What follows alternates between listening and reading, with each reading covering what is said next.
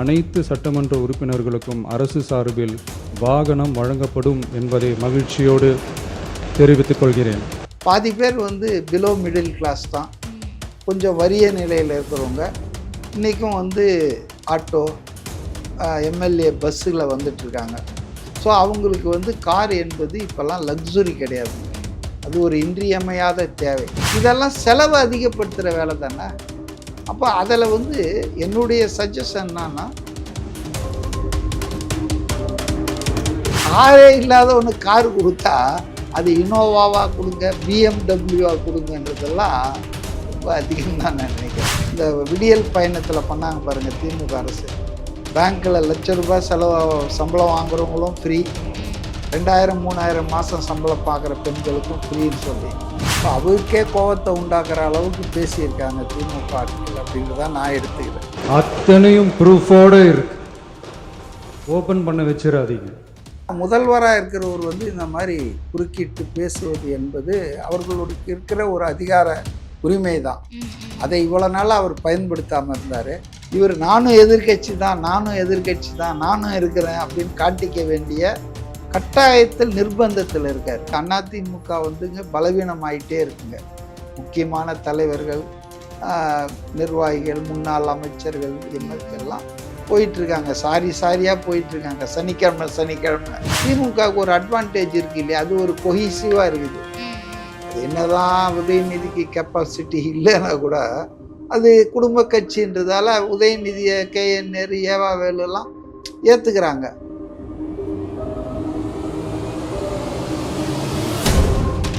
சித்திரை media நேயர்களுக்கு வணக்கம். நான் உங்க அபிநயா. இன்னைக்கு நம்ம கூட அரசியல் விமர்சகர் CK மதிவணன் அவர்கள் தான் இணைஞ்சிருக்காரு.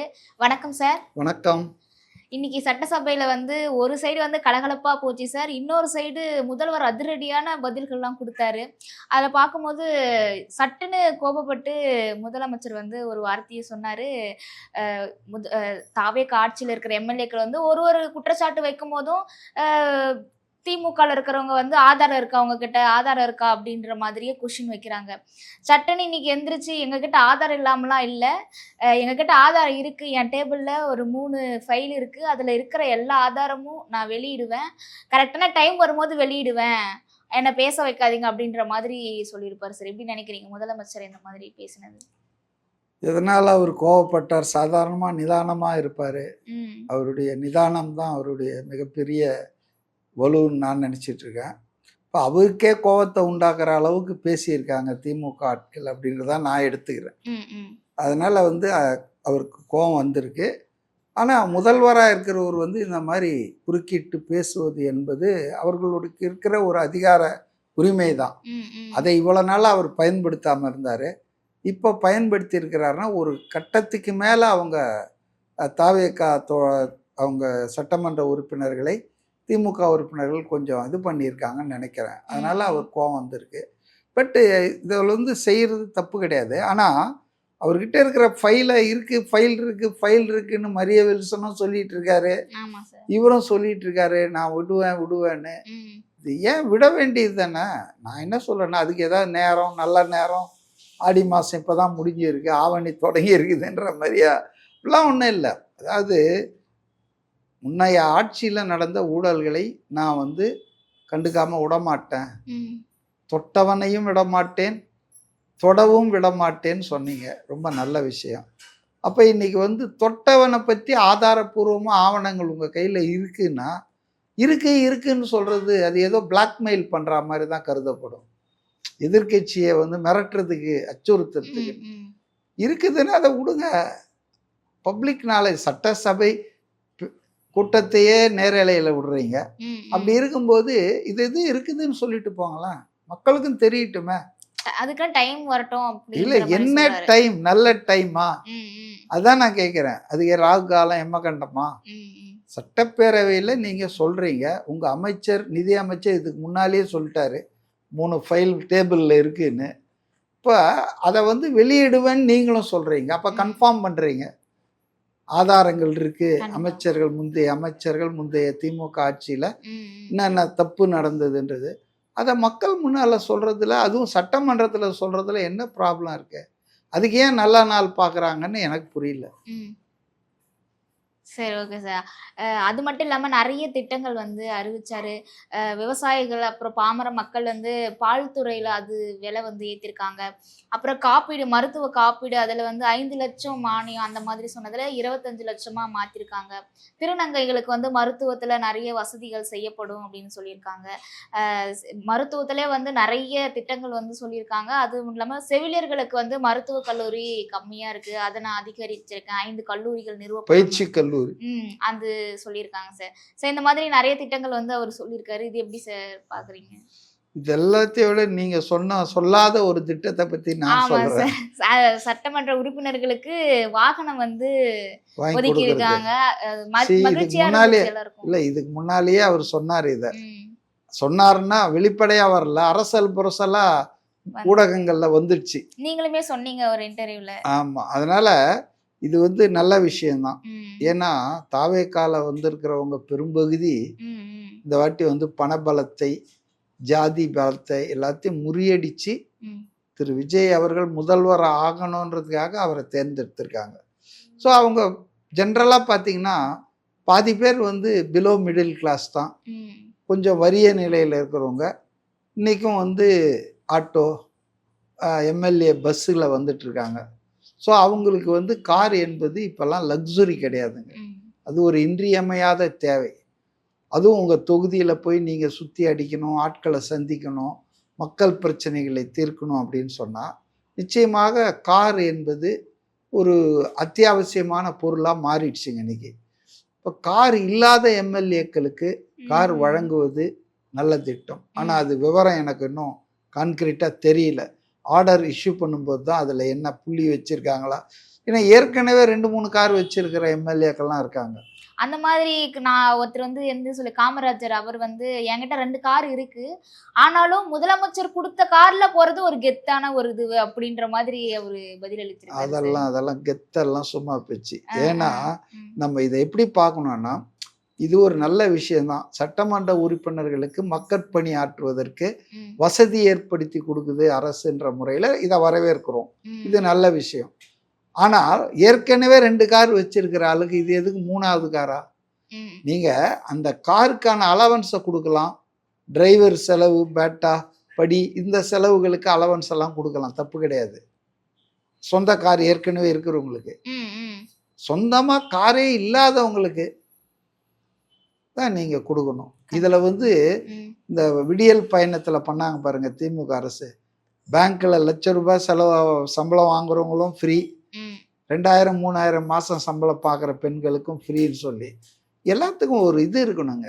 அதாவது ஒரு தேவைப்படுபவர்களுக்கு நாம் செய்யலாம், ம். ம். தேவைப்படுபவர்களுக்கு உதவலாம், தப்பே கிடையாது. ஏன்னா நம்ம வெல்ஃபேர் ஸ்டேட், மக்கள் நலம்தான் நம்ம அரசின் நலம், ம். ம். அது செய்யலாம். ஆனால் அதே நேரத்தில் நம்ம பொருளாதாரம் மோசமாக இருக்குதுன்னு பொழுது வழியாக பொழுது போனால் சொல்லிட்டு இருக்கீங்க. கண்டிப்பா.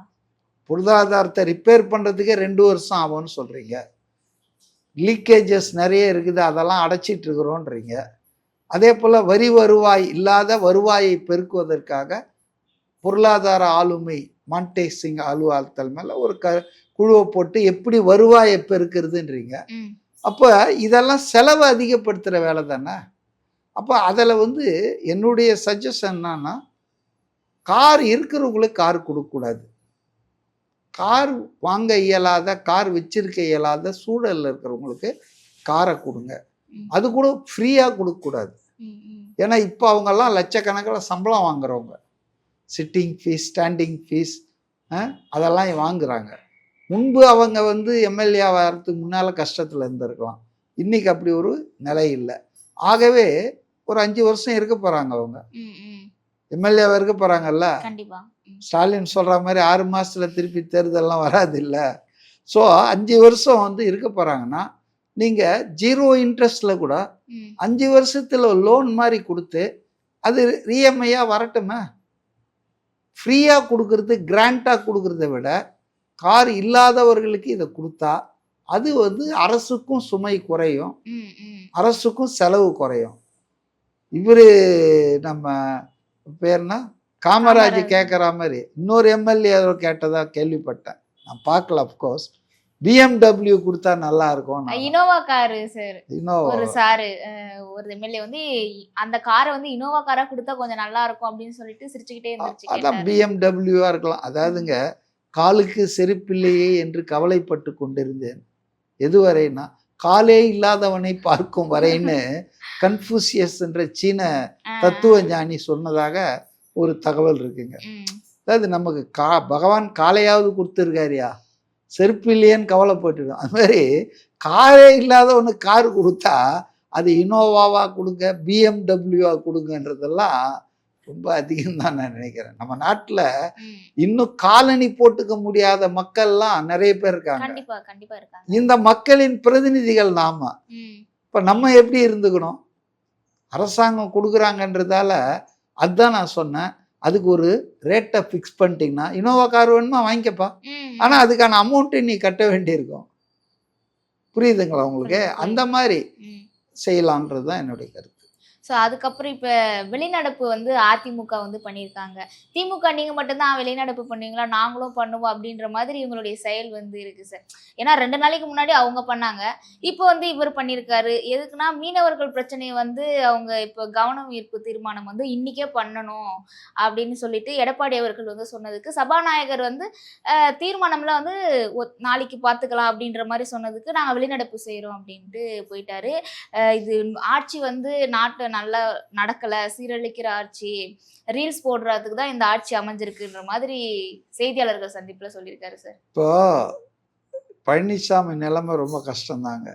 நானும் ரவுடி தான்னு சொல்லுவார் இல்லையா ஒரு படத்துல, அந்த மாதிரி இவர் நானும் எதிர்கட்சி தான் நானும் இருக்கிறேன் அப்படின்னு காட்டிக்க வேண்டிய கட்டாயத்தில் நிர்பந்தத்தில் இருக்காரு. ஏன்னா இன்னைக்கு திமுக வெர்சஸ் தாவேக்கான அரசியல் வந்து தமிழ்நாடு அரசியல் மாறிட்டு இருக்கு. இருதுருவ அரசியல் தான் இருக்கும், 3 அணியெல்லாம் கிடையாது. 3வது அணி இரலவெண்ட் ஆகிடும். மக்கள் நல கூட்டணி மாதிரி 3வது அணி வந்தா கூட அதை மக்கள் நிராகரிச்சிருவாங்கன்றத மாதிரி இன்னைக்கு திரும்பவும் இருதுருவ. முன்னால 77லேருந்து 26 வரைக்கும் திமுக வெர்சஸ் தாவேக்கான்னு இது அதிமுகன்னு இருந்தது. இப்போ பார்த்தீங்கன்னா இனிமேல் தாவேக்கா வெர்சஸ் திமுகன்னு மாறிட்டு இருக்கு களம். அது இல்லாமல் வந்து அதிமுக வந்துங்க பலவீனம் ஆயிட்டே இருக்குங்க. முக்கியமான தலைவர்கள், நிர்வாகிகள், முன்னாள் அமைச்சர்கள், எம்எல்ஏ எல்லாம் போயிட்டு இருக்காங்க, சாரியாக போயிட்டு இருக்காங்க சனிக்கிழமை. அதனால வந்து இன்னைக்கு எம்எல்ஏக்களும் 6 பேர் ராஜினாமா பண்ணிட்டாங்க. இப்போ இருக்கிற மிச்ச எம்எல்ஏக்களும் சட்டமன்றத்தில் ஆளுக்கு ஒரு பக்கம் பேசிட்டு இருக்காங்க. எஸ்பி வேலுமணி ஒன்று பேசுறாரு, சிவி சண்முகம் ஏதோ சுயேட்சை மாதிரி பேசிட்டு இருக்காரு. ஆமா சார், எடப்பாடி பேசும்போது அவர் வந்து தலையில அடிச்சுக்கிறாரு, அந்த மாதிரிலாம். அதாங்க, அதனால அதிமுக வந்து அந்திம காலத்தை நோக்கி பயணித்த நடத்திட்டு இருக்குது. ஸோ அதை வந்து ஒரு ரிலவன்ஸ் ஃபேக்டரா நானும் இருக்கேன், நானும் ஒரு எதிர்கட்சி தான், எங்கிட்டையும் ஒரு 40 எம்எல்ஏ இருக்காங்கன்னா எவ்வளோ பேர் இருக்க போகிறாங்க, எவ்வளோ பேர் இவர் சொன்னால் கேட்பாங்க. இப்போ நம்பிக்கை கோரும் தீர்மானத்தில் 25 பேர், 47ல் 25 பேர் போயிட்டாங்க. இவர் சொன்னதை கேட்கல.